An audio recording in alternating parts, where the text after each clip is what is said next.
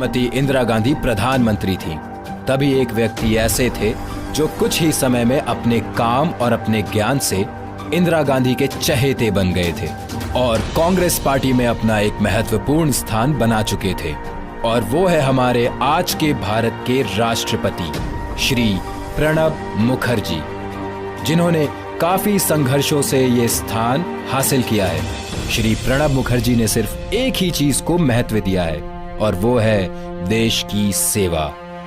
भारत के आज के राष्ट्रपति प्रणब मुखर्जी का जन्म 11 दिसंबर 1935 में बंगाल के वीरभूम जिले के मिर्ती गांव में हुआ था। इनके पिता का नाम कामदा किंकर मुखर्जी था। वे एक स्वतंत्रता संग्रामी थे और 1952 और 1964 तक बंगाल विधानसभा के सदस्य भी रहे। माताजी का नाम राजलक्ष्मी मुखर्जी था। घर में राजनीतिक माहौल होने के वजह से बचपन से ही प्रणब मुखर्जी का मन राजनीति में आने का था। प्रणब मुखर्जी ने सूरी के सूरी विद्यासागर कॉलेज से राजनीति शास्त्र एवं इतिहास में शिक्षा प्राप्त की थी। इसके बाद इन्होंने कानून की पढ़ाई कोलकाता यूनिवर्सिटी से की। अपने करियर की शुरुआत प्रणब मुखर्जी ने पोस्ट एंड टेलीग्राफ ऑफिस से की, जहां वे एक क्लर्क थे। 1963 में विद्यानगर कॉलेज में वे राजनीति शास्त्र के प्रोफेसर बन गए और साथ ही साथ देशेर डाक में पत्रकार के रूप में कार्य करने लगे। श्री प्रणब मुखर्जी ने राजनीतिक सफर की शुरुआत 1969 में की। वे कांग्रेस का टिकट प्राप्त कर राज्यसभा के सदस्य बन गए। 4 बार वे इस पद के लिए चयनित हुए। वे थोड़े ही समय में इंदिरा जी के चहेते बन गए थे। सन 1973 में इंदिरा जी के कार्यालय के दौरान वे औद्योगिक विकास मंत्रालय में उप मंत्री बन गए। 1975 से 1977 में आपातकालीन स्थिति के दौरान प्रणब मुखर्जी पर बहुत से आरोप भी लगाए गए, लेकिन इंदिरा जी की सत्ता आने के बाद उन्हें क्लीन चिट मिल गया। इंदिरा जी की मौत के पश्चात राजीव गांधी से प्रणब जी के संबंध कुछ ठीक नहीं रहे और राजीव गांधी ने अपने कैबिनेट मंत्रालय में प्रणब जी को वित्त मंत्री बनाया था। लेकिन राजीव गांधी से मतभेद के चलते प्रणब दा ने अपनी एक अलग राष्ट्रीय समाजवादी कांग्रेस पार्टी गठित कर दी। 1985 में प्रणब जी पश्चिम बंगाल कांग्रेस समिति के अध्यक्ष भी रहे। थोड़े समय के बाद 1989 में राजीव गांधी के साथ सुलह हो गई और वे एक बार फिर कांग्रेस से जुड़ गए। पीवी नरसिम्हा राव का प्रणब मुखर्जी के राजनीतिक जीवन को आगे बढ़ाने में बहुत बड़ा योगदान है। नरसिम्हा राव जी जब प्रधानमंत्री थे तब उन्होंने प्रणब मुखर्जी को योजना आयोग का प्रमुख बना दिया। थोड़े समय बाद उन्हें केंद्रीय कैबिनेट मंत्री और विदेश मंत्रालय का कार्य भी सौंपा गया। सन 1999 से 2012 तक प्रणब मुखर्जी केंद्रीय चुनाव आयोग के अध्यक्ष रहे। 1997 में प्रणब मुखर्जी को भारतीय संसद ग्रुप द्वारा उत्कृष्ट सांसद का खिताब दिया गया। जब सोनिया गांधी ने राजनीति में आने का सोचा तो प्रणब मुखर्जी उनके मेंटर बने और उन्हें बताया कि कैसे उनकी सास इंदिरा जी काम किया करती थीं। सोनिया गांधी को कांग्रेस प्रमुख बनाने में प्रणब मुखर्जी का बहुत बड़ा हाथ है। राजनीति के सारे दांव पेच सोनिया को प्रणब जी ने ही सिखाए थे। प्रणब जी के परामर्श के बिना सोनिया जी कुछ नहीं करती थी। सन 2004 में प्रणब मुखर्जी ने जंगीपुर से चुनाव लड़ा और जीत हासिल कर लोकसभा के सदस्य बन गए।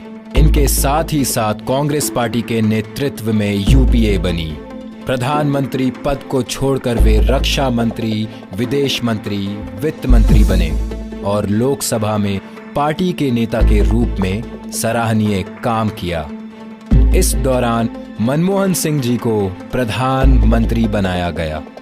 कहते हैं अगर उस समय प्रणब मुखर्जी को प्रधानमंत्री बनाया जाता तो आज देश विकास के क्षेत्र में बहुत आगे होता। प्रणब मुखर्जी मनमोहन सिंह जी के बाद कांग्रेस के दूसरे बड़े नेता थे। प्रणब मुखर्जी को कांग्रेस पार्टी का संकट मोचन भी कहा जाता है। कांग्रेस की डूबती नैया को प्रणब मुखर्जी ने कई बार किनारे लगाया है।